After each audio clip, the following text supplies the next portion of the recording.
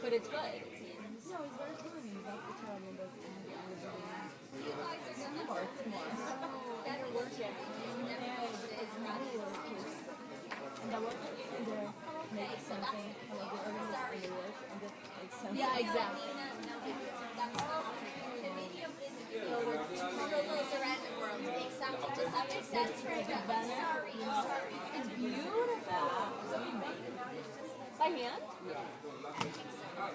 That's amazing. Who made it? China, and the other two Emirates from college. Oh my god, that's so cool. But you know, we had a second. We put the project.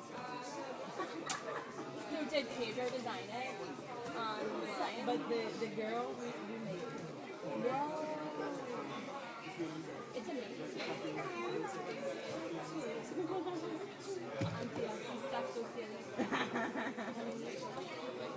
Interseccional. It is, yeah.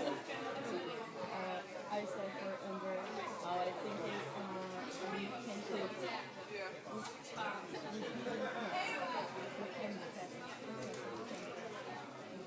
yeah, in the past.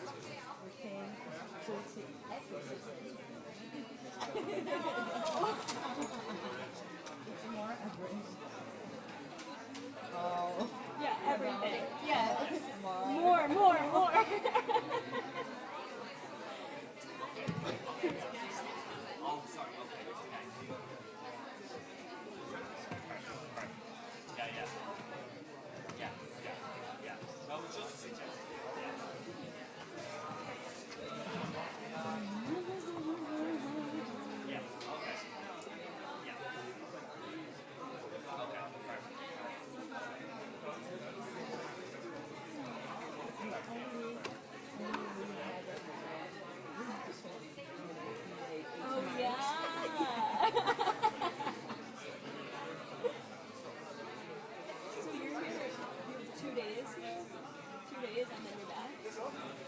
Aqui. I don't stay at the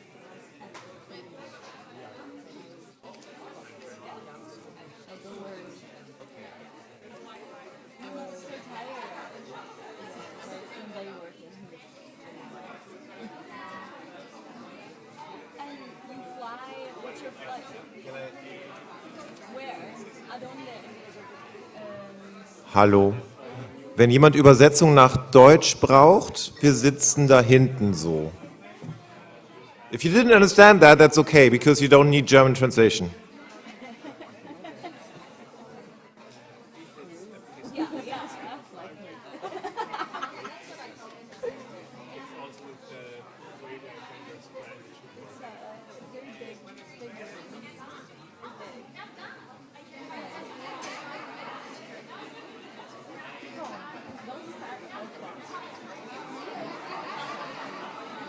Yeah, no. Okay, yeah, I know, right? I need it. It's showing what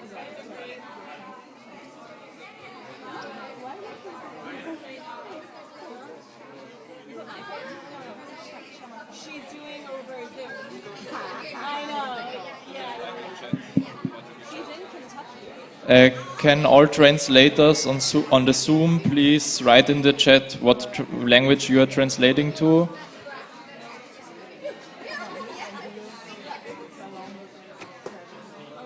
I'm from Seattle. It's like 12 hours.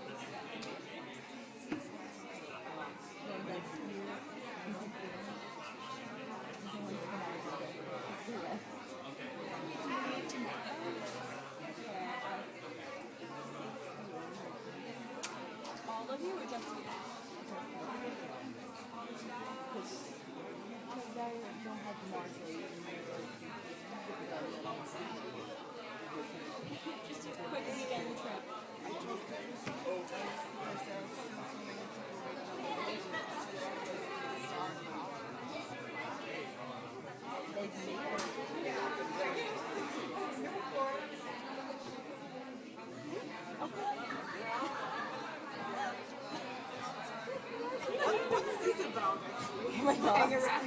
It's my information. I will put it here for you. Yeah, because we can. Yeah, exactly. Oh my god. You do that. So? Yeah.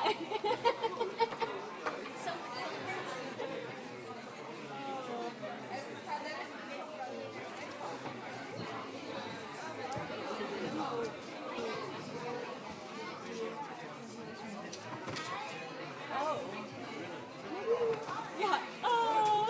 I'm not sure. Yeah, that's a good.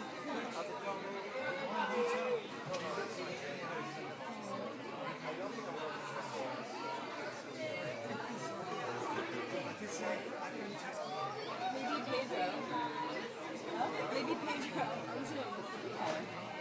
If he's got good internet connection. And what time is it? 6? Oh, really? That's not bad. Okay. How was Carnival? It looked so fun. I was so jealous. I was looking at the pictures. Yeah, all the pictures. Yeah. Give me more pictures. Literally, it looked so fun. Yeah, I know. That was so good. Very good. I don't remember all the things. That's good.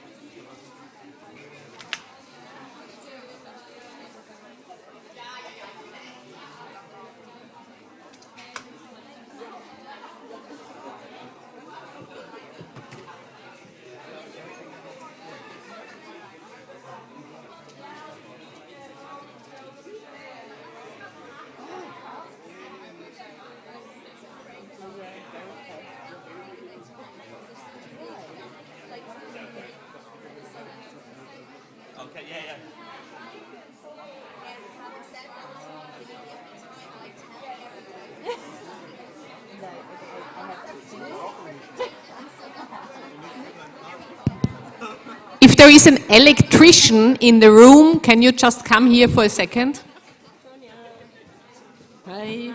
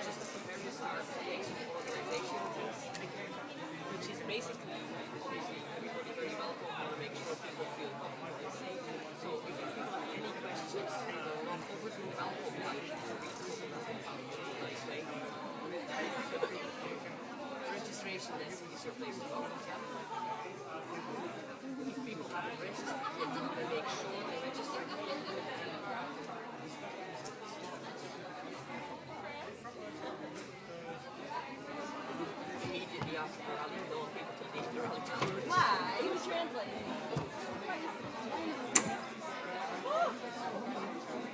Table phone. What did you do, kid? Kitty! Oh, she's a yeah, exactly. She's a big girl. I don't know why. I'm here. We're all collectively organized.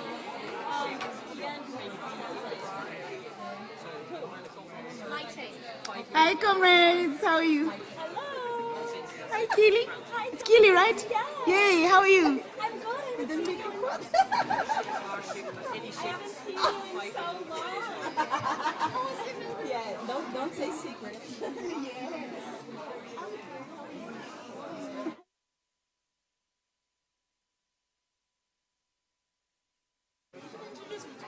Yeah. Oh, you printed it out as well.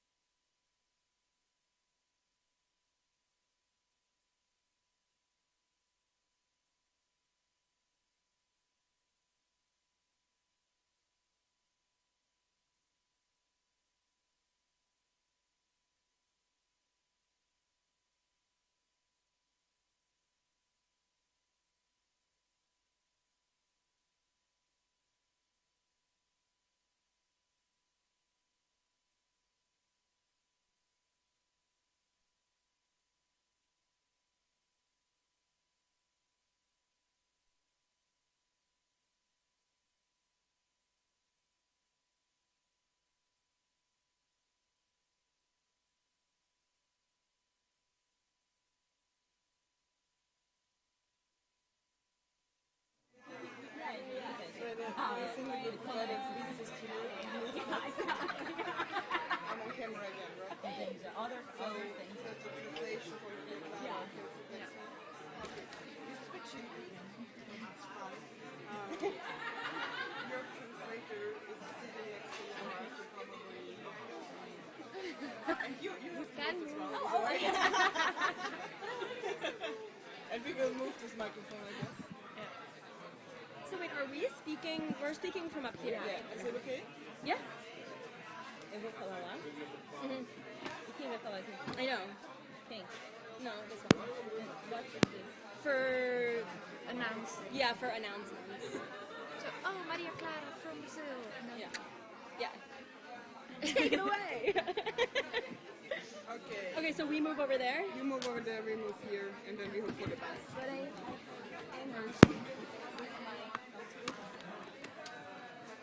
Maria Clara, don't forget. Oh, it's your. Yeah. Your props. Watch out, you're plugged in. Yeah. You're plugged in, yeah. Plugged in. Plugged in. Different again, that's big. You know? Wait, so where do I go? Second I'm just get rid of all of this.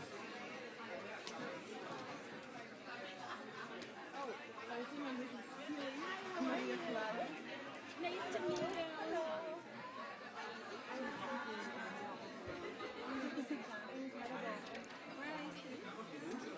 I think you have to move one now. Oh, because freezing is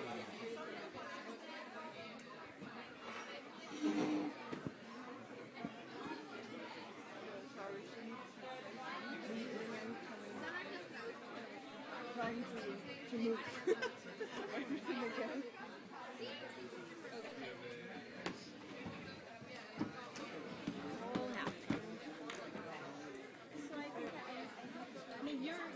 Shall we announce that we will start at 10:30?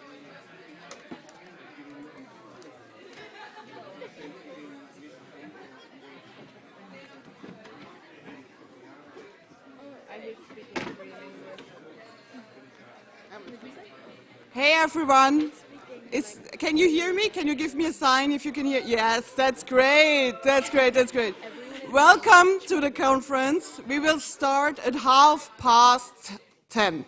So please, now I can hear myself as well. Okay. We will start at 10:30, so please come in. Everybody who is still outside, you can do the registration even afterwards, but we want to start sharp at 10:30. Please come in and be excited. and be excited. And go. Bye.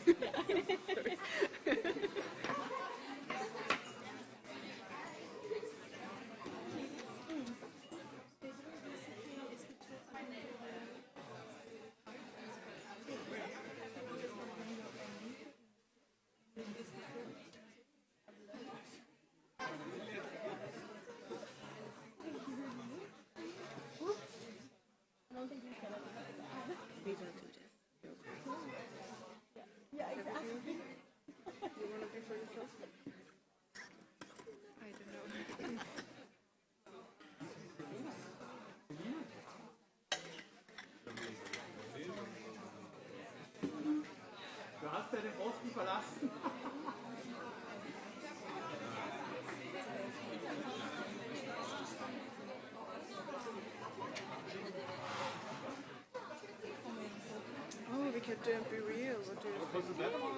You know Be Real? You have Be Real? I don't have your Be Real. Does it work? I already sent it. That's sad.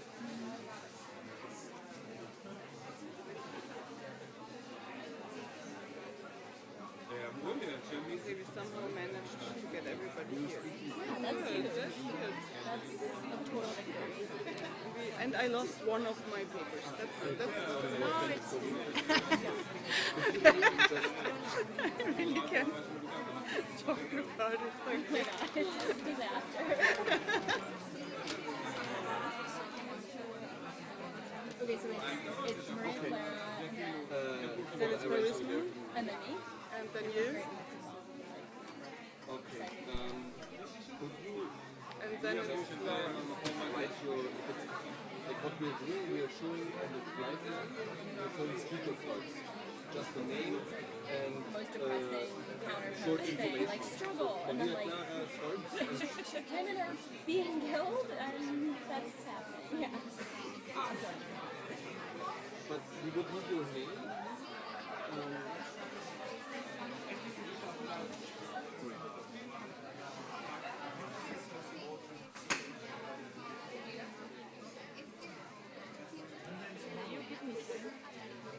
If you want the second name, if you want to leave it like this, then leave it like this.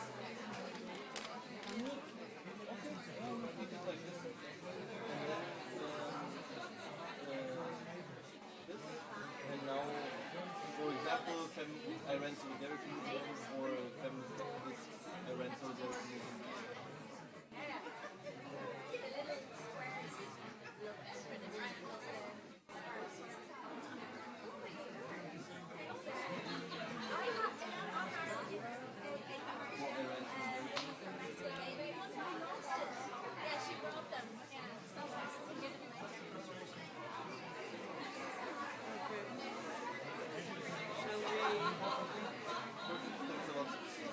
You want to wait till 30? It will take ages till they all sit. Soak it in. I just announced like 6 weeks. I shall announce. You will announce. Well, it's good. You are the first speaker. You have to open. But if you feel more comfortable, I can do it. I can be mean again and say everybody should be excited. Yes, please. They're really great. I heard you speak before. They're very compelling speakers.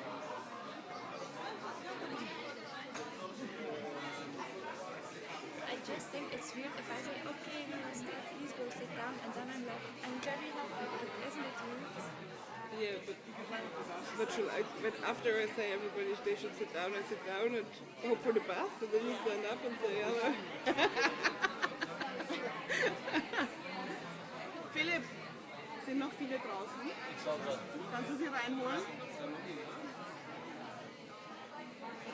I'm quite sure we won't do it then.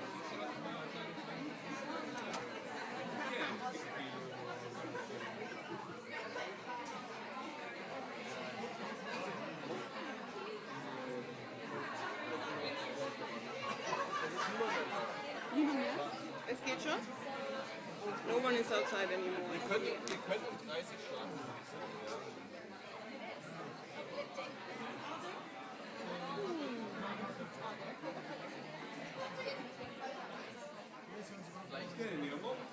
Vielleicht mach doch mal eine Minute starten, sich alle hinsetzen wollen, weil wir sind noch schön ne?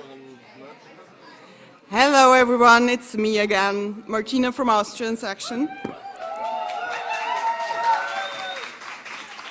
I'm only here to say we will start in 1 minute. Please sit down. If you have a really good discussion, please stop it for now. We will get to it back later. Pretty good. Be excited. Okay, I think now it's your time.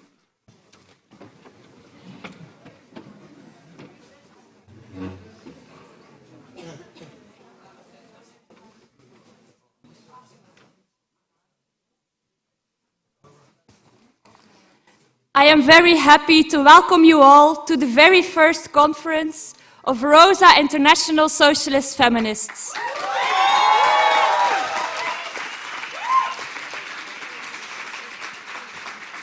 I am Frede from ROSA in Belgium, and together with Martina from ROSA in Austria, I will be welcoming you to this conference. ROSA International is an instrument of struggle. We want to fight.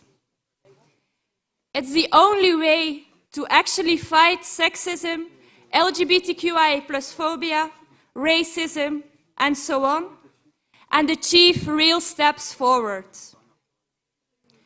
We do that based on our socialist-feminist program, which means that we always link the struggle against discrimination with the struggle against the capitalist system. And these are the two things we will be discussing the coming 2 days. And I am very happy to see that this room is full of activists from a variety of countries. That will ensure a weekend rich with different experiences and lessons from feminist struggle all over the world. We are starting this conference with the meeting Women, Life, Freedom Worldwide. Different activists will speak about the fight against gender-based violence and all forms of oppression. Violence against women is omnipresent in society all over the world in different forms. And the fight against violence on women is central in all the campaigns of Rosa. The Ni Una Menos movement in Latin America has had an important impact all over the world, inciting women to go into the streets against femicide, machismo, and the far right. And we are active in this movement with Rosa in Mexico, and also in Brazil, where our new sister organization, Feministas Antiracistas Socialistas, just launched 10 days ago on the 8th of March.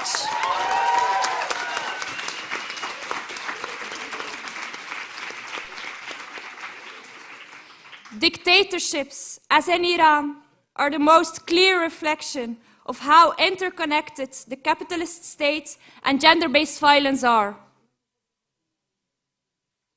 And we cannot underestimate the importance of the movement in Iran standing up against this.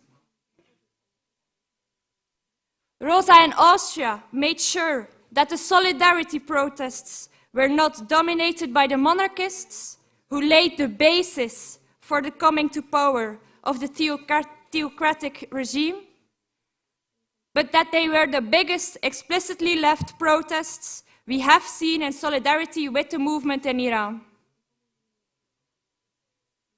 And we also organized solidarity actions with socialist-feminist alternative in Britain and other countries where we are active. We can draw very important lessons for feminist struggle from this movement. And we have to do it because we have to prepare ourselves. Arm ourselves with the most in-depth understanding of how the capitalist system is using sexism. Because we have seen a backlash against the feminist movement. And the overturning of Roe v. Wade was an important turning point. So I am happy to welcome members from Socialist Alternative in the US to this conference, of which its council member in Seattle assured the city became the first sanctuary city in the US.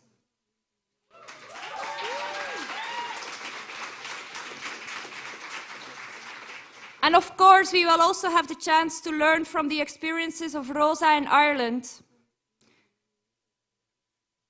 where we played a key role in obtaining the right to abortion on demand in the 12 first weeks of pregnancy, free of charge in 2018.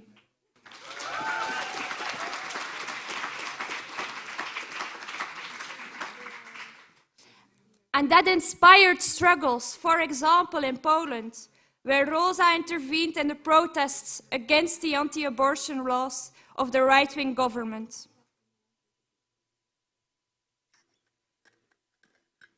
LGBTQIA+ rights are also under attack in several countries. And in general, violence against LGBTQIA+ people is increasing. In Belgium, we will be organizing for the 3rd time this year a Pride is a Protest demonstration with Rosa. Also in Germany, we organized a combative pride of 4,000 in Kassel 2 years ago, where we called for queer liberation, not rainbow capitalism.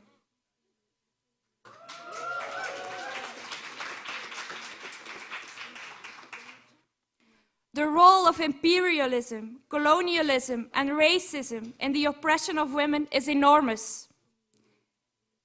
It is not surprising that in movements against this, women are at the very forefront. So we are happy to have socialist feminists from South Africa and India present at the conference today.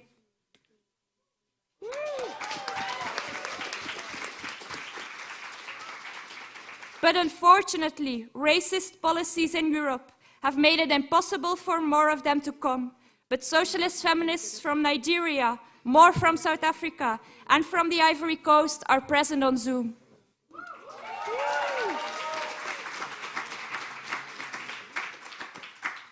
For the pioneers of socialist feminism, the struggle against war has been an important issue. And still today it is.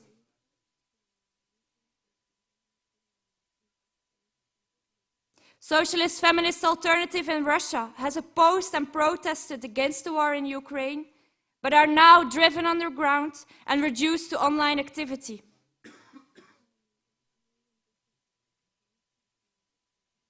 I touched on some elements that we will be discussing in the commissions this weekend. Of course, there is many more, and we will also have a Q&A session with different Rosa activists from all over the world. But I think one thing is clear. We fight to win. And on Sunday, we will be closing the conference with a rally on how socialist feminists have won real improvements. So whether you are here in person or you are following the conference online, I hope you have an amazing time this weekend, and if you are not yet, that you want to get active with Rosa.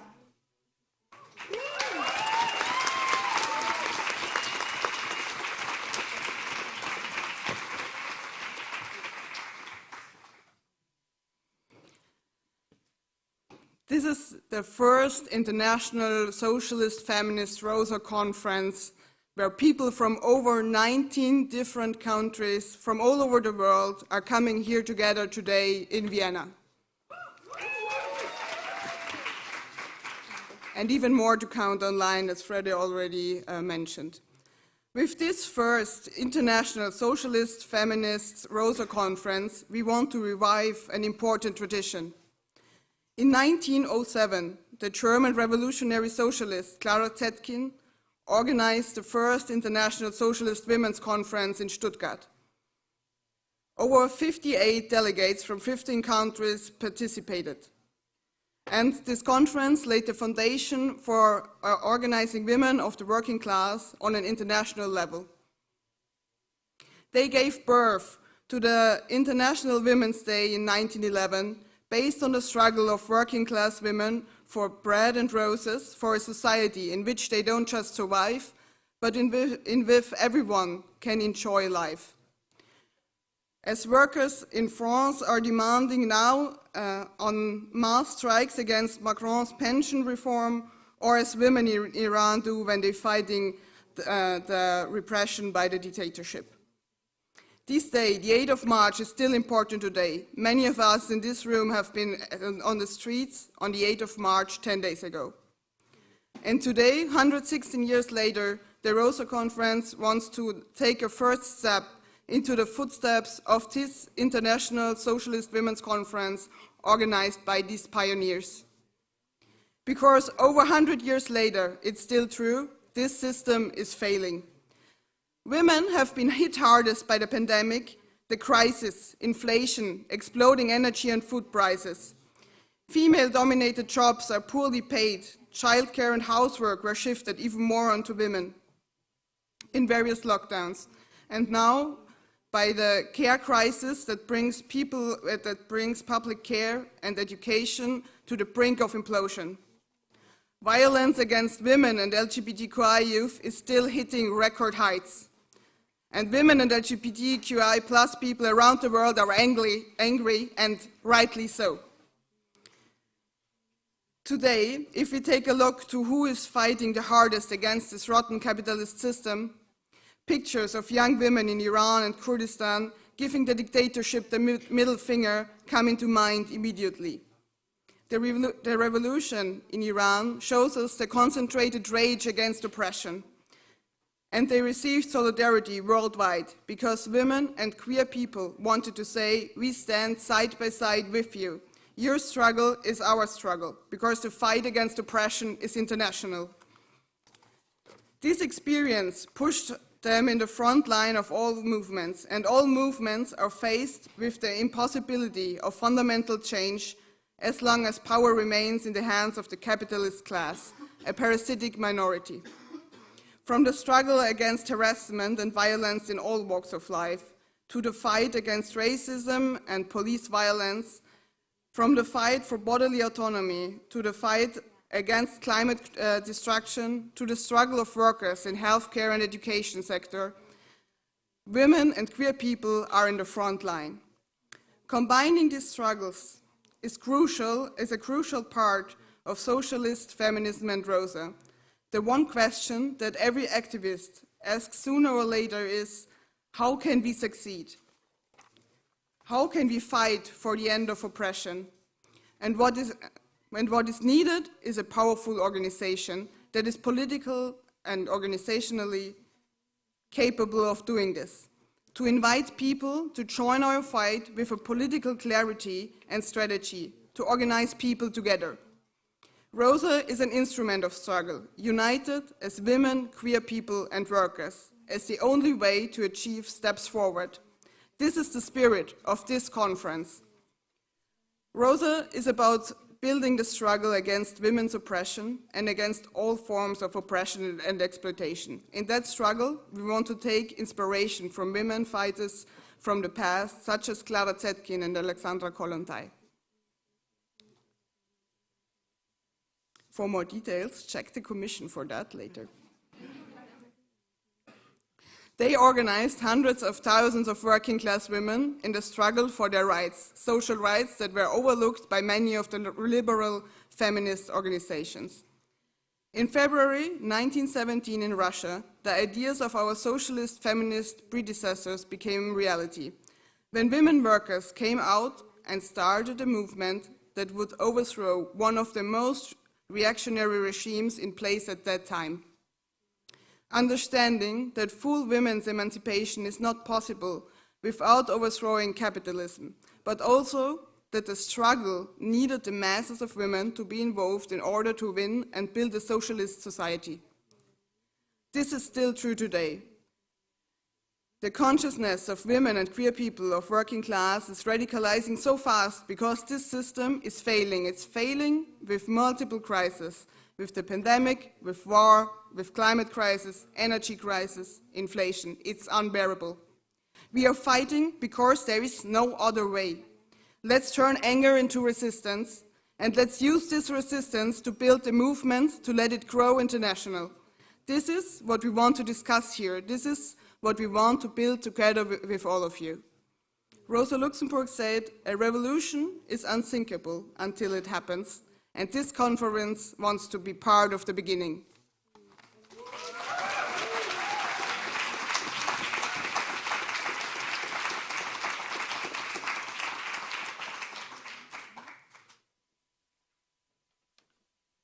Are you saying it?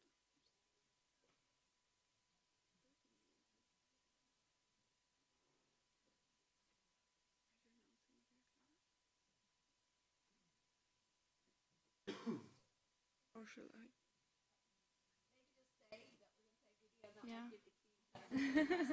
Oh, okay, there will be a video now, and we will try to get the technical part on that.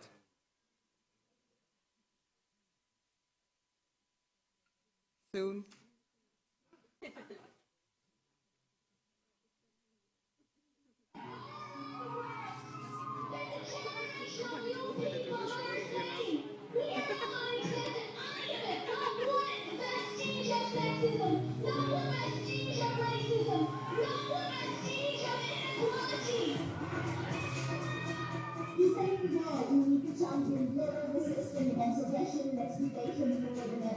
We will not stay in freedom for the violence in school or the streets and at work.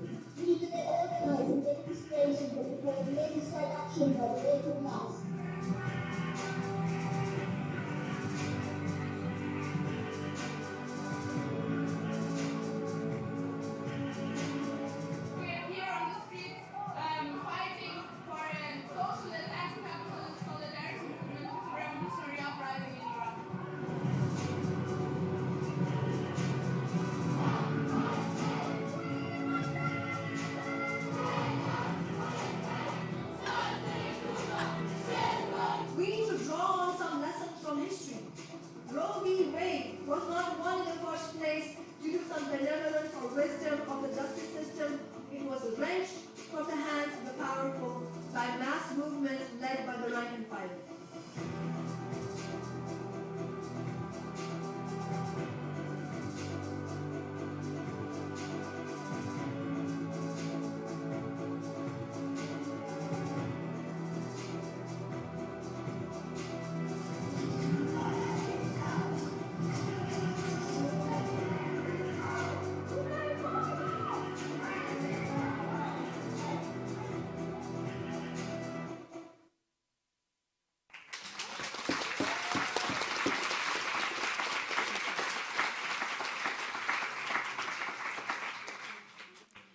Our first speaker in this rally is Maria Clara.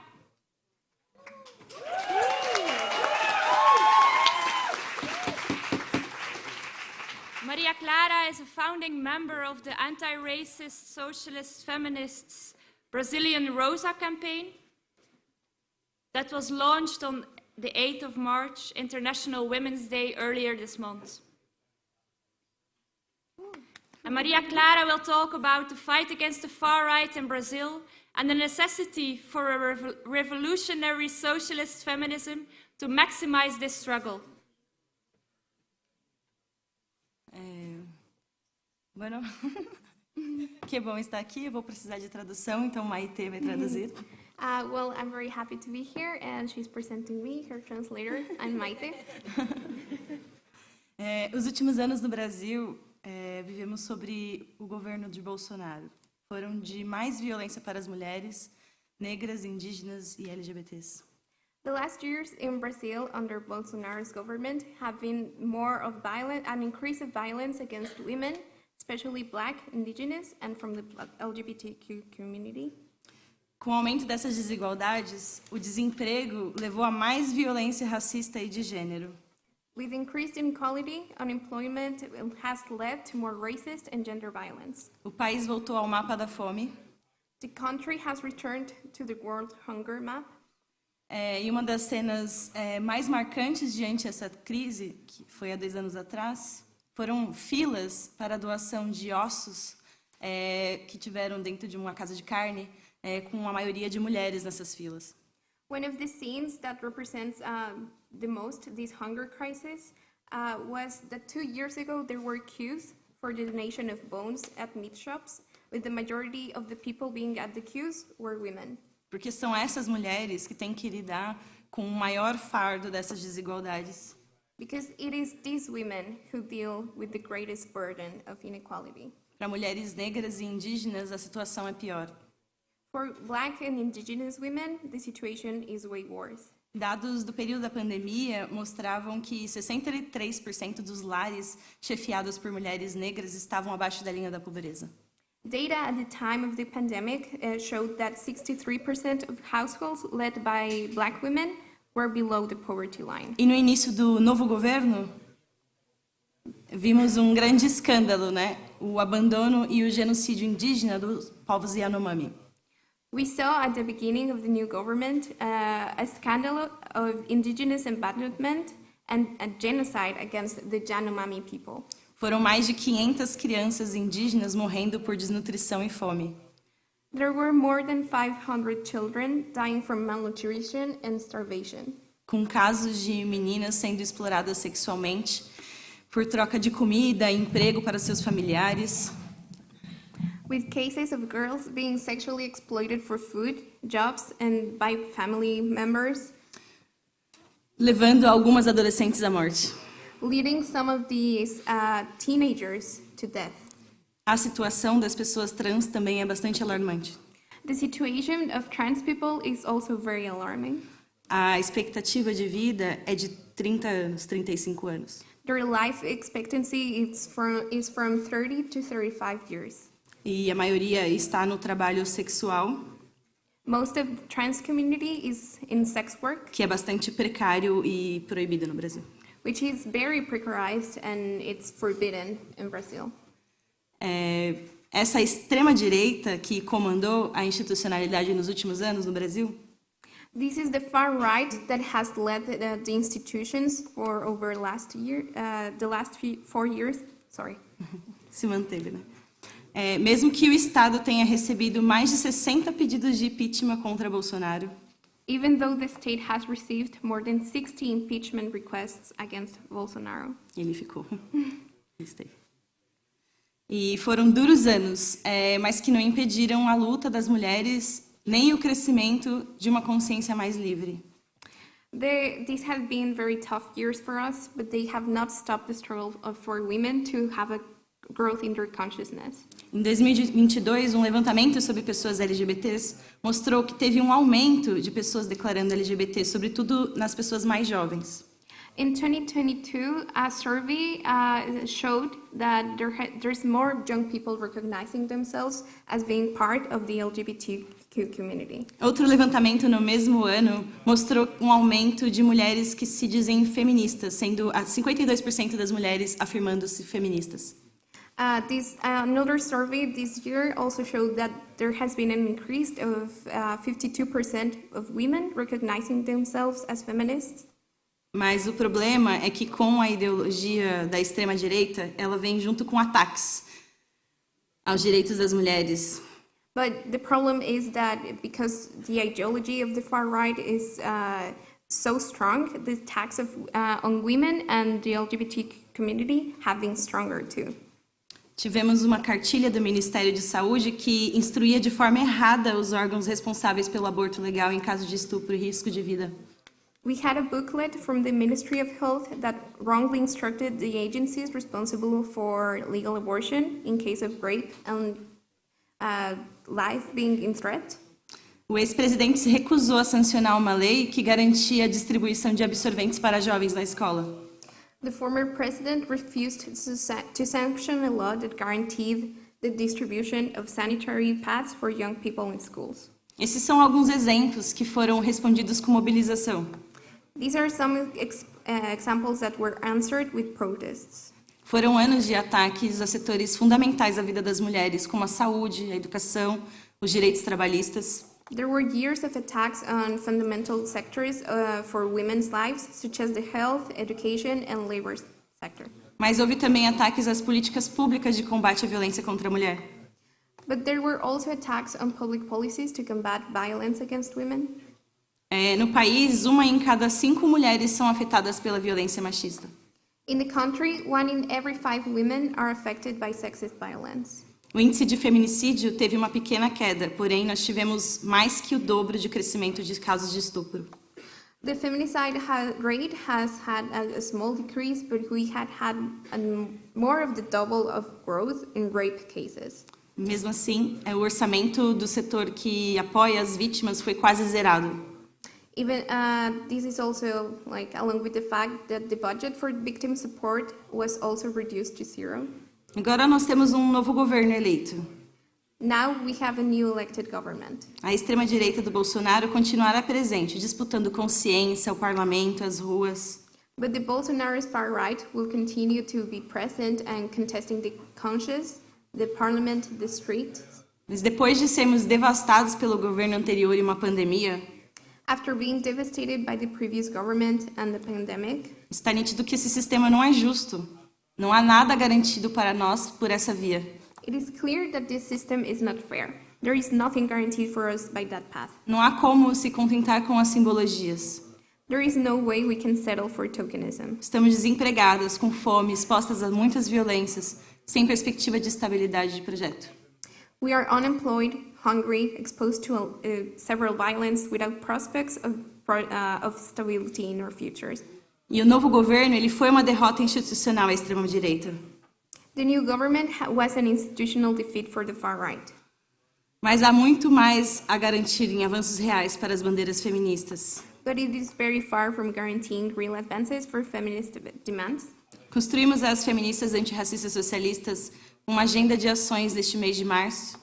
We have built with the anti-racist socialist-feminists an agenda of actions in this month. Colocando a necessidade de um movimento independente que ocupe as ruas com as suas bandeiras e que realmente defina os rumos das conquistas feministas. We put forward the need for an independent movement which occupies the streets with its banners and that really defines the directions of feminist conquests. A luta das mulheres tem impacto em todo o mundo. The women's struggle has had an impact on in the whole world. Justamente por isso não querem as nossas vitórias. Precisely because of this, they do not want our victory. Mesmo assim, não há como não nos inspirarmos na vitória na Argentina pela legalização do aborto. Even so, there is no way we cannot be inspired by the victory of Argentina for the legalization of abortion. Na luta contra o feminicídio na América Latina.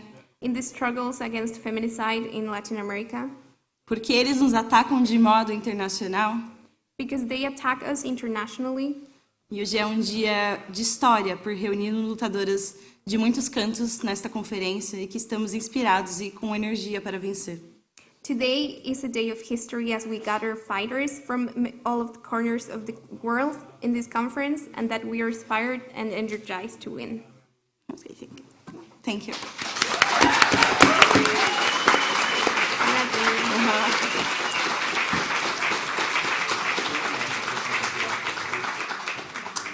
I'm really happy to announce our next speaker, Parissima, an activist from the Iran Solidarity Movement who is active in building this movement and will talk about the struggle in Iran. Thank you. All the women in my country who courageously and fearlessly raise their voice as a storm for love, life, peace, and freedom in the street of our cities to dismantle the tapestry of dictatorship and injustice are Mahsas. We are all Mahsa. However, today I'm not going to talk about Mahsa. Instead, I would like to shed light on another leader, another heroine, a 29-year-old girl who's leading the protest movement from prison. Her name is Sepide Gholian, and she is a labor and civil rights activist. Despite being arrested several times by the Islamic regime, she remains a brave woman. Have you heard of Evin prison? Even the mention of it makes me nervous. Also, I'm not from Tehran and rarely go there. I happened to be passing through Evin prison once and was scared by the streets' emptiness and quietness. However, the area was full of guards and angry, worried, hopeless people. And the tall wall added to the unsettling atmosphere. Even now, as I recount my experience, I feel scared. Let us return to Sepide's story. She has been arrested multiple times, and in late 2016, she was sentenced to 5 years in prison after enduring physical and mental torture, sexual insults, and humiliation because of her activities in Haftepe labor union. Last week, when she was released from jail after serving her sentence, she found herself on the streets of Evin, surrounded by guards and the same or more scary atmosphere I had described earlier. Despite having earned her freedom and the opportunity to breathe outside the wall of Evin, in front of the guards, she began to raise a slogan. Khamenei Zahak, mikeshimet zir khak, means Khamenei, we will kill you and bury you. 2 hours later, the guards attacked their cars on the highway of Tehran Qom and arrested her again. Right now, she is a VIP guest in Evin again. I can't imagine how brave she is, knowing the risks of and still standing up what she believes in. Just we have these heroines, and just as there are women who lead our folk's revolution, and just as the protesters, young girls and boys shout for change since Mahsa's death, we don't need any leaders from out of the country. We don't require support from royal blood. We need you to be our voice. As an association for the promotion of freedom, rights, and democracy in Iran, we strive to be the voice for those who need it the most. We want to be the voice of schoolgirls who were subjected to biological attack, the voice of the Me Too and My Body, My Choice movement in Iran, because we know the one who's telling you what to wear is the one who's telling you how to think and how to act. On this occasion, we strongly advocated and stand for the following. The LGBTQ plus community in Iran faced several discrimination and harsh punishment for their sexual orientation or gender identity. Homosexuality is illegal, and those who are accused of same-sex sexual activities can face imprisonment, flogging, or even execution. Transgender individuals who seek gender reassignment surgery face invasive medical procedures and the significant social stigma. This unfair treatment and punishment of individuals for being who they are is a violation of basic human rights. And it's essential to bring attention to this issue and demand change. The complete equality of women and men in all aspects of socio-political, social, economic, and cultural matters. The elimination of the religious, criminal, totalitarian government of the Islamic Republic by the Iranian people and establishment of a democratic regime that promotes and aims for equality and social justice, free from any oppression and discrimination. The liberation of Iranian women from the yoke of the misogynistic and misanthropic Islamic government in all social, political, and cultural dimensions, through the continuation of the revolutionary movement of women's life freedom, which has been ongoing for 6 months and is rightfully called the Women's Revolution. The realization of freedom and full equality for women as freedom and true democracy in a society cannot exist without the freedom of women, who are an essential part of human society. Progressive Iranian women understand that the end of Islamic Republic can only pave the way for the realization of freedom and gender equality. And it doesn't equate to end of dictatorship and gender inequality. To achieve their goals, they need to continue their comprehensive resistance against any backward step in all political and social areas.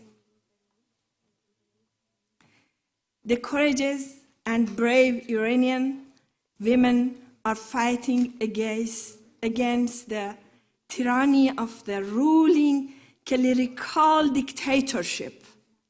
And through their unity, solidarity, and collective action, they are crushing the criminal plans of the Islamic government. They will ultimately free themselves from the slavery chain of the Islamic Republic. We condemn in the strongest term the biological attack on girls' school, which shows us the regime's fear of the revolutionary uprising of schoolgirls in Iran. We must recognize that these barbaric crimes are not and will not be limited to school. We call for the unconditional release of the political prisoners, scientists, journalists, writers, artists, protesters, and all men and women on the stage of the revolution. Let us stand united in our fight for equality, justice, and freedom for all Iranians, and shout loudly, down with dictator, and women, life, freedom. Thank you.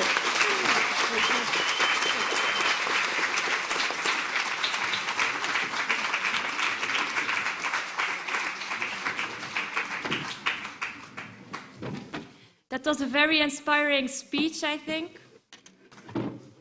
Now we have Keely from Socialist Alternative in the US.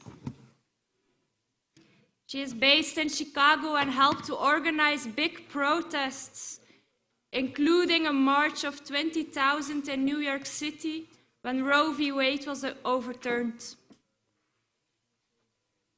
And Keely will speak about the appalling attacks on bodily autonomy in the US and building a socialist-feminist fight back. Excellent. Hi, everyone. It's such a pleasure to be here and see such a full room. Yet again, women all over the US are now watching this slow-motion train wreck as a Texas judge prepares to make his decision on whether to ban a lifeline abortion pill, mifepristone, across the country. This has been a scary and bewildering experience for millions of people across the country.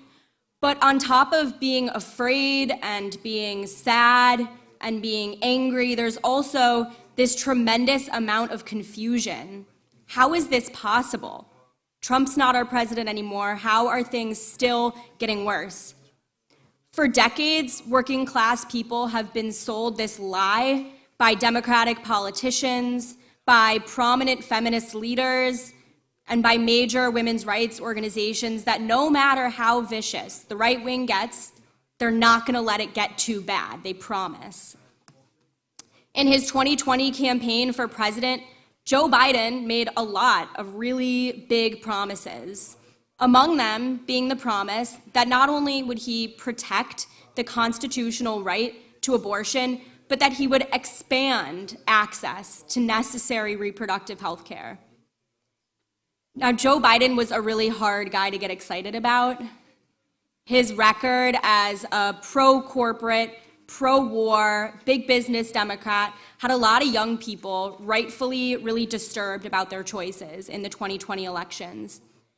But millions of them held back tears, they probably held back vomit as they went to the polls and voted in record numbers for Joe Biden, sending him sailing to the White House on the basis that at the very least, we wouldn't lose rights under his watch.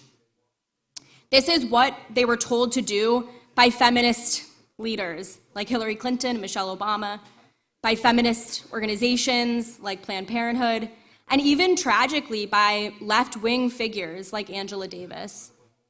Well, we're now in a situation where millions upon millions of people have lost the right to an abortion, and Democrats didn't lift a finger to save it, where the number of police murders of Black Americans increases every single year, and where, extraordinarily disturbingly, young trans people are threatened with losing essential health care, losing the right to play on their sports team that they want to play on that corresponds to their gender, and losing even their basic right to remain with their family if their parents are found to be facilitating their gender-affirming care, being punished for having a supportive family structure. The prevailing logic that Americans should vote for Democrats because at least we won't lose what we already had has now turned to dust in front of our eyes.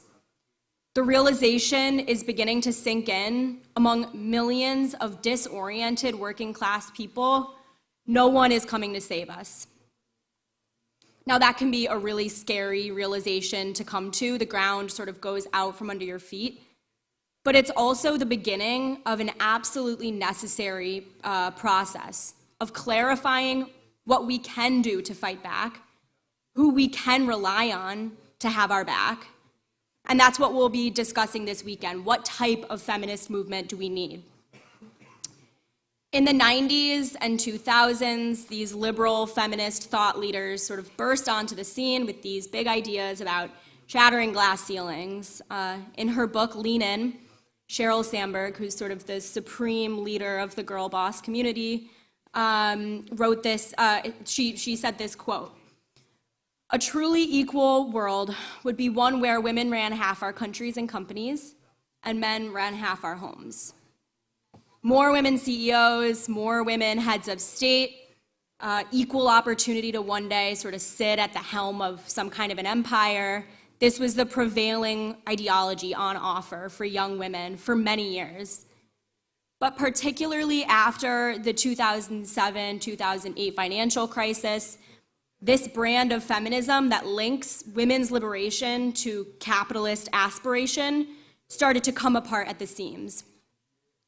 Hillary Clinton is perhaps a perfect embodiment of this.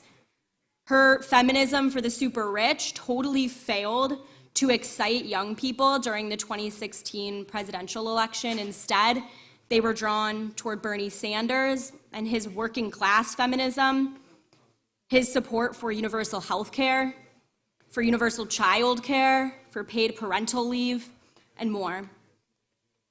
And so this gave us a glimpse into the type of vibrant, class-conscious, youthful, and inclusive feminism that we would need. One that rejects divisiveness and seeks to unite the biggest possible number of ordinary people in a struggle against all forms of oppression.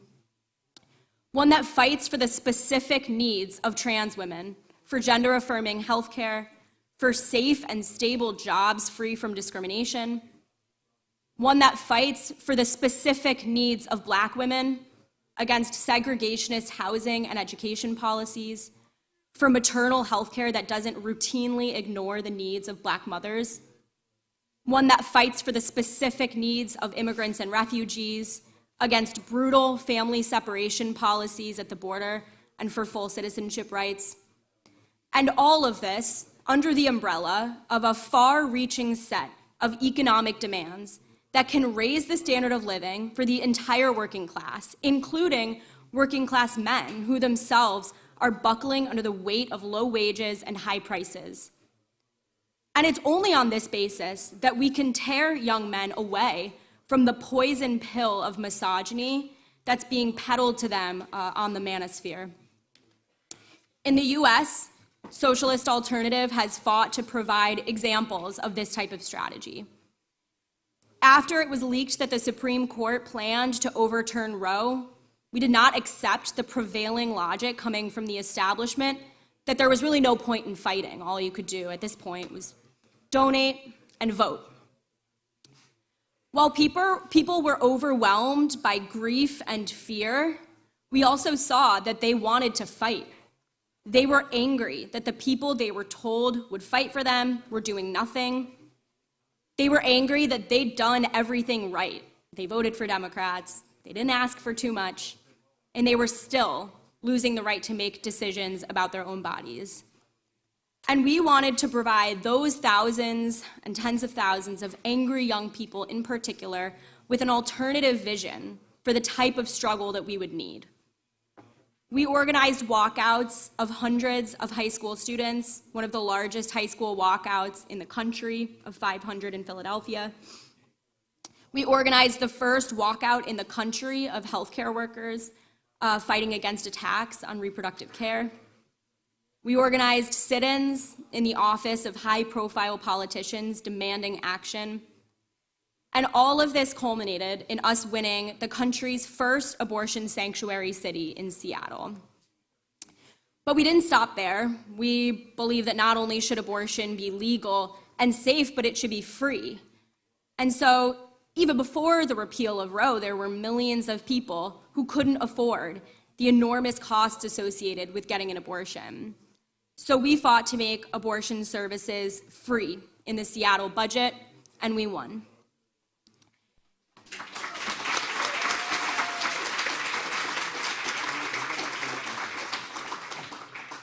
People will say, oh, well, Seattle is an exception. It's this progressive bastion. But what we won next flies in the face of this myth.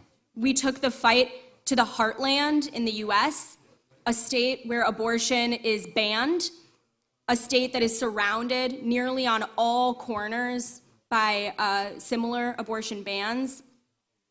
We launched a many months long campaign, and we won the first sanctuary county legislation in a state with an abortion ban in the country. And while these victories are small in the context of the huge fight that we have ahead of us, they can provide a model for the type of combative, class-based socialist feminism that we need. One that is rooted in the needs of working class people of all genders, and one that is willing to stop at nothing to win. Thanks.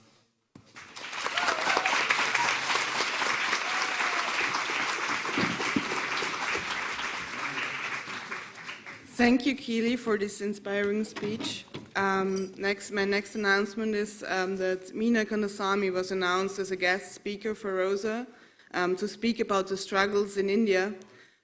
She really wanted to come, but sadly, as she's not well, she couldn't. She sends all her solidarity, and we want to send her our solidarity as well.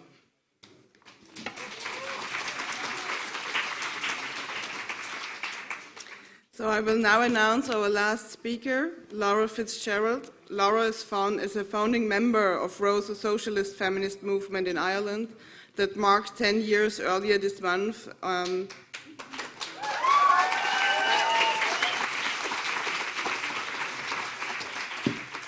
Rosa and the Socialist Party in Ireland played a key role in the struggle that won free abortion, including a request up to 12 weeks.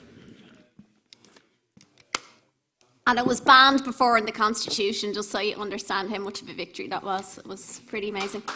Okay, so really happy to be here, and it's inspiring. We marked 10 years of Rosa socialist feminist movement in Ireland to come to this conference and to say that we're going to spread our organised socialist feminism all around the world in a more developed way than ever before. It makes me very proud to be here. So, as speakers have referenced, we've had a decade of mass feminist struggle and a new wave of feminism that emerged in the 2010s, and a new wave of LGBTQI struggle too. Me Too, Neo-Numenos, gender-based violence mobilising millions of people, abortion rights struggles and victories, including in Ireland, and Rosa socialist feminist movement in Ireland started 10 years ago at the beginning of that wave, and had the abortion struggle as central to its fight. Victories in Argentina and South Korea. Slower? Sorry, friends. In recent years of the resurging of a labour movement, the beginning of the rebuilding of a fighting labour movement, we've seen women workers at the forefront of this in so many countries around the world, especially care workers, health and education workers. No, it's okay. Part of what we do in Rosa is to try and distill the lessons of all these struggles, bring them together to strengthen our struggle and strengthen our fight. But as speakers have mentioned, we're also in the throes of a serious right-wing backlash, a serious and frightening anti-feminist, anti-LGBTQI backlash. This is exemplified by Roe being overturned, that Keely discussed. But we're also facing the far-right threat everywhere, the brutal ramping up of transphobia in so many countries, with the devastating consequences of what that means, like the tragic, heartbreaking murder of Brianna J., a 16-year-old trans girl, young woman in Britain recently. The dehumanising of refugees by a political establishment constantly trying to steal the clothes of the far right. But just only a matter of months after Roe was overturned, and this time I'll say was also characterised by a very significant backlash against Me Too in the form of the Johnny Depp vile show trial. Then we saw the Woman Life Freedom revolt break out in Iran that Parasima has given us an inspiring flavour of. And 10 years after this feminist wave has emerged, it was taken to new heights in Iran. Every revolution since the French Revolution has had feminism in it and feminist demands in it. But never before has a burgeoning revolution had feminist demands so central to the whole revolt, to the whole struggle against, in this instance, the dictatorship in Iran. On International Women's Day this year in Tehran, it could have been not Tehran actually, sorry if I'm getting it wrong. On International Women's Day in Iran this year, young teenage girls defying the brutal and backward regime did a cool dance on TikTok that the Irish comrades are trying to copy, but I opted out because I can't do that. Or a synchronized movement, as the regime is trying to do. It wants to change Iranian literature and history and go back and take out the word dance and put in synchronized movement.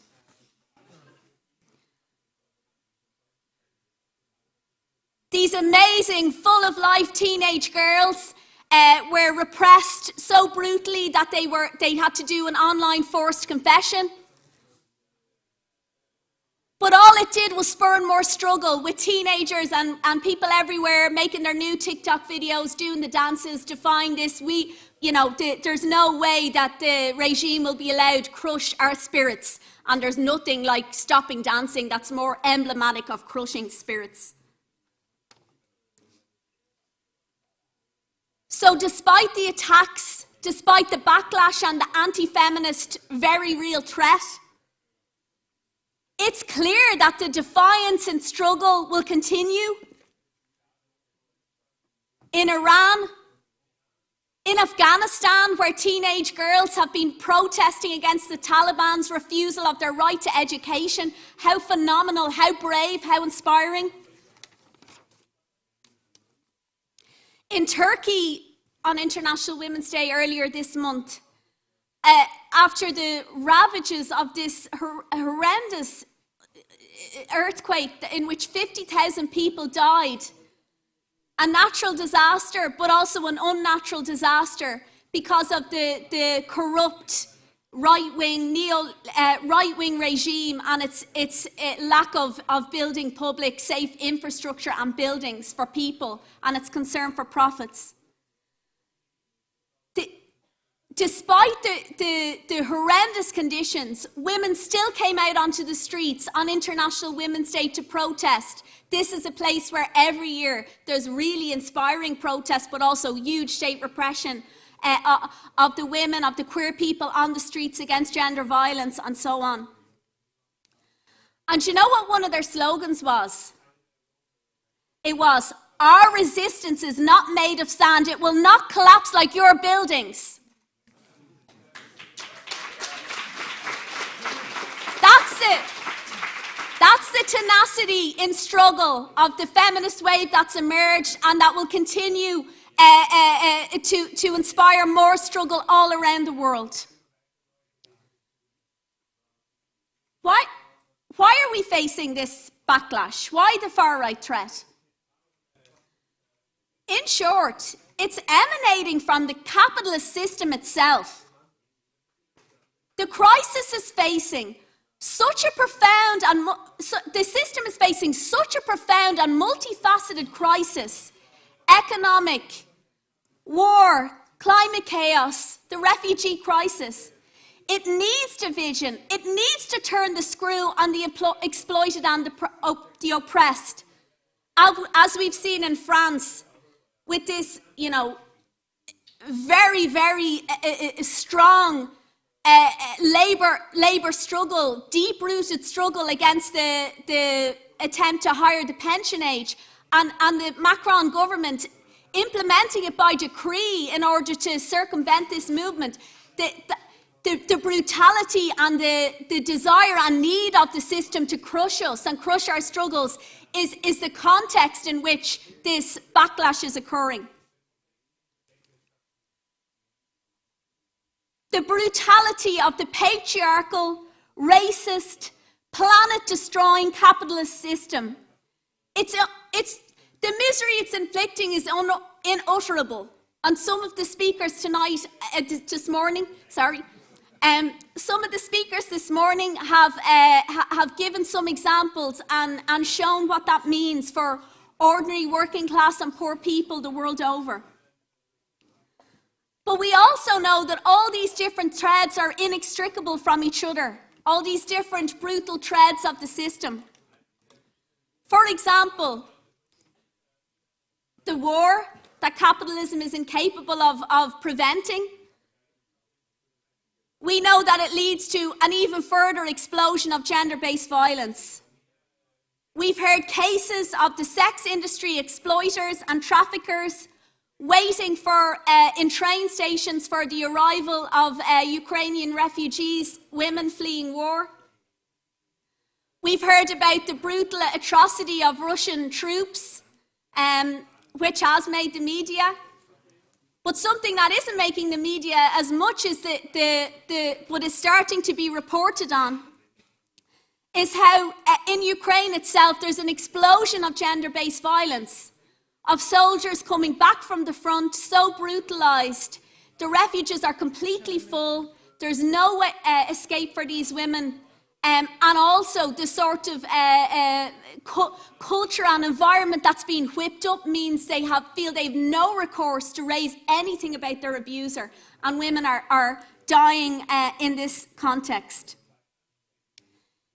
Gender-based violence is rooted in capitalism's patriarchal family structure, but it's reinforced and interconnected with the state, with the army and imperialism, and reinforced in capitalist culture and the mass media in a dizzying web of ways. An example of this can be seen in a recent very, very worrying development in Poland.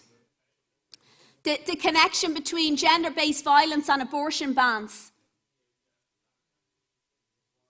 And just like trans oppression, it's about taking away of the rights over our own body, that just most basic rudimentary of right. The only thing we really own as a working class person in this system. And Last week in Poland, Justina, an abortion activist, was just convicted of a crime because she helped somebody, or she tried to help somebody in dire need access an abortion with abortion pills. So the person that she supplied abortion pills to reached out to Justina in crisis, in a horrendous situation of being trapped in a very, very abusive relationship, and was unable to travel to access abortion in the context of this ban. Justina got her the pills. Her abusive husband found the pills, destroyed the pills, and rang the police to prosecute Justina, and the state have just convicted her. Shame on them. To the US, where we see the deranged abortion laws being brought in that are gambling daily with pregnant people's health and lives. For example, so Keely talked about the complicity of the whole establishment in this, and it's absolutely true, and shame on the Democrats, absolutely true point that Keely made. But what does it actually mean in terms of real people's lives? The brutality is beyond belief. In Tennessee, you read reports of lawyers being called in when someone has an ectopic pregnancy. Just so you know, an ectopic pregnancy is never a viable pregnancy and always threatens the life of the pregnant person, of the woman or the woman. A documented case recently in that state gave an example of a woman who had a pregnancy that was so dangerous it could maim or kill her. So the doctors offered to carry out a medically unnecessary hysterectomy, taking out your womb, even though the woman didn't want it, as a way to circumvent, as a loophole that they saw in the anti-abortion laws. The brutality of it, it's absolutely sickening. These religious zealots, they're off the charts. But also, this is, you know, sometimes you hear about woke capitalism. Capitalism ain't so woke. Look at what is happening in the US. So Keely mentioned the fact that a case could go through that bans mifepristone, this first abortion pill, nationwide. But even before that happens, Walgreens, a major capitalist profiteering corporation, the biggest pharmacy in the US, has stopped distributing abortion pills in red states. So, you know, the inextricable link of capitalism and patriarchy is just shown right there. And then the ultimate connection between abortion bans and state gender-based violence. In South Carolina, right now, there is a bill proposing the death penalty for a person who has an abortion. I don't know how 100% globally relevant this reference is, but most people will know all about Andrew Tate, and obviously the manosphere, the scary manosphere has been mentioned already. One of the things I think about Andrew Tate, right? If you think of since the 2008 crisis, economic crisis for capitalism, right up to now, one of the things that's happened for the capitalist establishment, that's something that's very scary for them, is so many pro-capitalist tropes have been washed away, are just not believed by the majority of the population. For example, meritocracy, or the idea that if you work hard, you'll be rewarded, or the worshipping of greed and billionaires. You know, there's not an acceptance of these important ideas of capitalism. What is Andrew Tate? Only his extreme, vile misogyny aimed at really young children, boy children. It's a Trojan horse to push pro-capitalist ideology, because he's also completely all about the worshipping of wealth and rich and being rich and elite, and calls out people who are poor or working class as being morally failure, etc. So this is, like, that is objectively in the interests of capitalism. This, you know, absurd, if you like, macho culture being pushed by a known abuser, Andrew Tate. I want to go back to Turkey, 8th of March of earlier this month, when the women and people took to the streets amidst the rubble of their homes, streets and lives. One of the other slogans that they demonstrated under was the slogan, "We will rebuild life." Now, I found that extremely moving. The whole idea behind this, first of all, the revolutionary instinct, no trust whatsoever in the establishment. It's up to us, it's up to the masses from below to do everything, you know. And the sort of self-liberation and collective action that's imbued in that idea is so powerful. And we know one of the things that's most inspiring and also educational about the revolt in Iran is the women and girls fighting so courageously on the front line, risking their bodies and their lives in this struggle against the dictatorship. That proved a huge inspiration for working class and poor men in Iran. It totally changed their consciousness completely and utterly. I think also the slogan resonates with me because of the whole idea of, I'm going to come to it, yeah, the whole idea of like life making and building. And we know all about, you know, Marx was right. He explained the, you know, very central contradiction of capitalism, that workers work and produce the wealth that exists, but it's siphoned off in the form of profits by the capitalist class. And therefore, you know, the very act of going on strike, the very act of workers getting organised in struggle has something deeply powerful in it, a deeply powerful way to strike back against the system.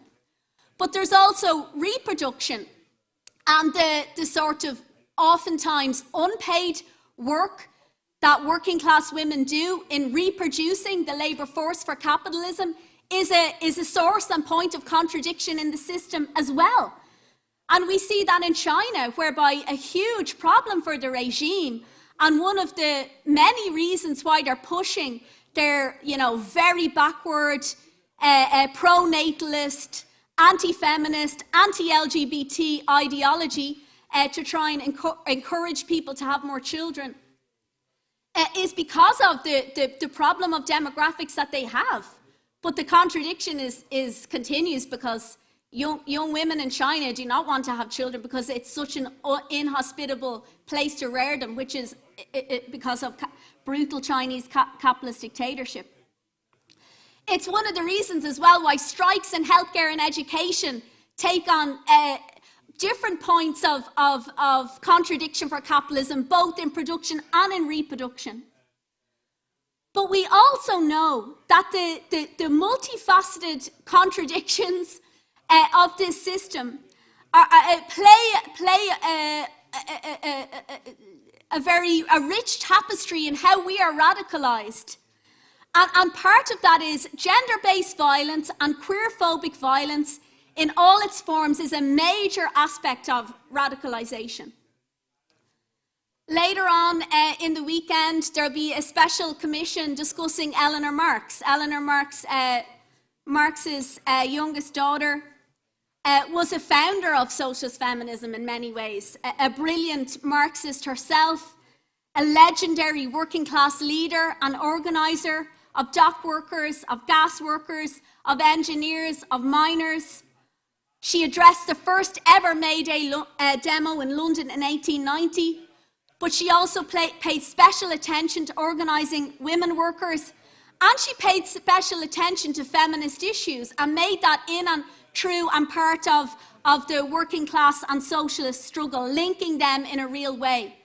But you look at the reality of Eleanor Marx's life, and one of the worst tragedies of it is that she died in her early 40s, prematurely, as a result, in reality, of the abusive relationship that she had with the patriarchal Aveling that she was in a relationship with. So, you know, this is the reality. We have in Ireland, a recent femicide happened, absolutely brutal beyond belief, femicide of Natalie McNally in the north of Ireland. And she was a young woman, pregnant, her life cut down in a brutal, brutal way.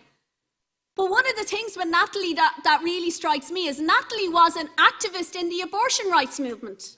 And like when we're active in the abortion rights movement, we say it is part of being active for our own lives. And this example of then Natalie dying as a result of femicide shows how sadly true that is. So what way forward at this brutal conjuncture in the system for the movement? Obviously we're going to discuss that out in every aspect of the weekend ahead of us. But one of the things with the anti-feminist backlash we need to understand is the system wants to crush our spirits, break our movements, and the hope that they bring. But one of the things we also need to understand is these incredible mass movements have developed, revolts, and they still haven't achieved fundamental change, and in some countries they are faltering and not clear about the way forward. The revolutionary feminism we've seen in Iran and how to take that forward has to be part of our discussion this weekend. And so much we need to take it forward with anti-capitalism, with socialism, with solidarity, with an understanding that the whole working class and oppressed has power if we strike together and organise together against this system. The antidote to the despair and the misery that this system is dishing out day after day for the majority of the world's population is the struggle and solidarity and sombre but rooted optimism of the women in Turkey on the streets earlier this month saying, "We will rebuild life."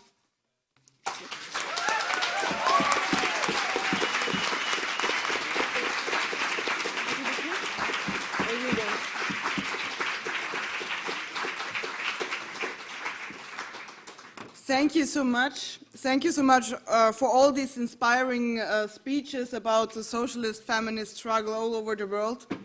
I think it was an awesome start into the first International Socialist Feminist Rosa Conference, and I'm really looking forward to all the discussions we have over this weekend. I also have the pleasure to already give some very good information. We got the info that already someone from Iran watching on Zoom wants to join Rosa based on this rally. So, hello and welcome.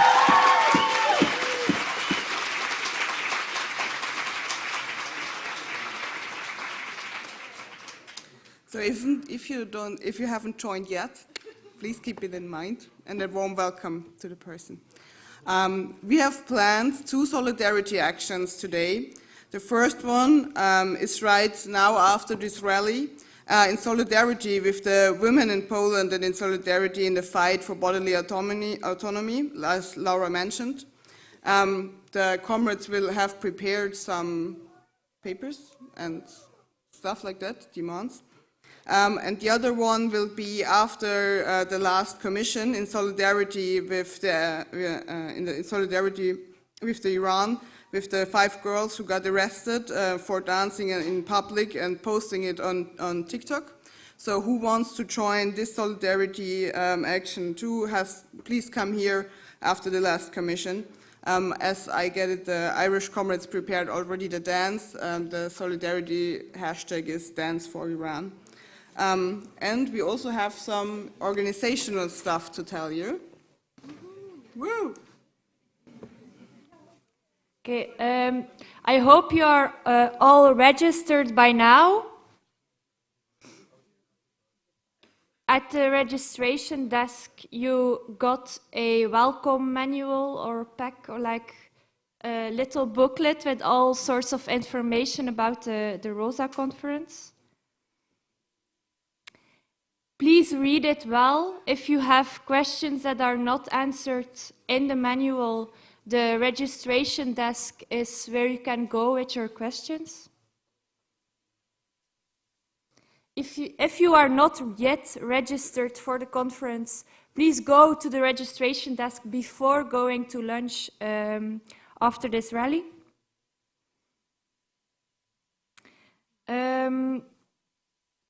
Of course, this conference takes a lot of organization, and we are organizing it collectively.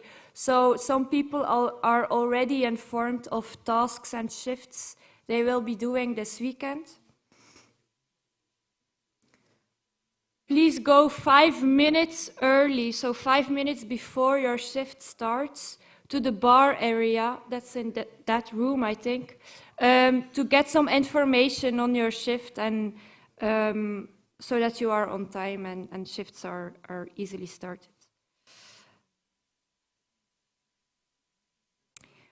Also, as you have maybe experienced, we don't have a lot of cups to drink from. So if you have a cup that you're not using anymore or other dishes, please don't let them just sit on the ground, but bring them back to the kitchen so we can use them again, and people can drink coffee or tea or water if they want to. Then, I'm sorry, 3 more things, I think. Lunch and dinner is included in the price, and so we will have lunch now after these announcements. And at the lunch table, you will see the different types of foods, vegetarian, gluten-free, vegan, and so on, will be indicated on. It will be clear what food is what food. Regarding Wi-Fi, please don't use the Wi-Fi that is called Rosa Conference unless you don't have an EU phone number with data, or you are translating, or you are using translation. But we don't want to have everyone on this Wi-Fi signal.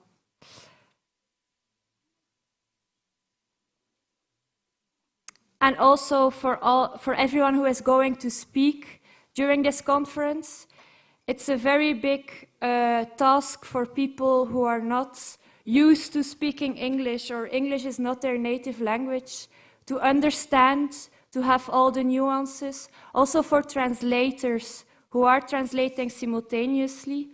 So please speak slow. If that's difficult, take small pauses between short sentences, and that will help everyone's understanding of the Rosa Conference. And so people won't miss important political points.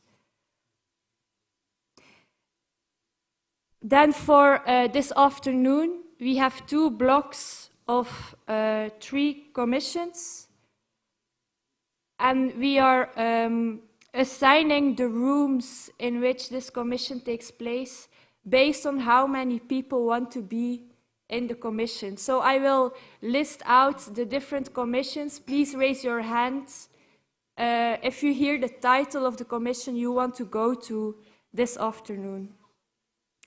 So the first block of commissions this afternoon, I will first list them all and then go separately again, is How We Fight Gender-Based Violence, Ni Una Menos, Feminist Revolt in Latin America and the Struggle Against Machismo, Racism and the Far Right, and Bread and Roses, Trade Unions and Their Role in the Struggle Against Women's Oppression in History and Now. So who wants to go to How We Fight Gender-Based Violence?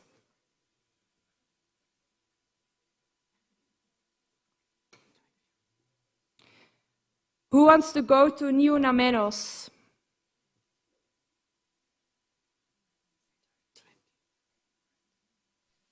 And who wants to go to Bread and Roses, Trade Unions and Their Role in the Struggle Against Women's Oppression?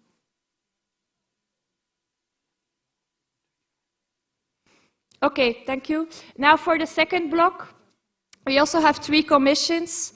The role of imperialism, colonialism, and racism in the oppression of women, Iran revolt and its impact worldwide, and Our Bodies, Our Choice, resisting the right-wing backlash on abortion. Who wants to go to the first commission, the role of imperialism, colonialism, and racism in the oppression of women? Okay, thank you.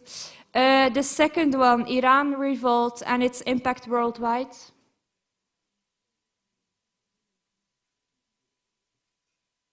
Okay. And the third one, Our Bodies, Our Choice, resisting the right-wing backlash on abortion. Okay. Commissions start at 1:30 in the afternoon. So please be in the rooms 5 minutes before. We will make sure it's clear which commission is in what room. And enjoy your lunch break. So we want, before you go to lunch, we want to do the solidarity action. So please stand up. Everyone, we have to all be involved. It's for Justine and it's being criminalized for helping someone get abortions. Want to come here? Voorkomen. Shall everybody come here? Laura? If you want, please come forward. We will arrange around those stairs here for getting the solidarity picture.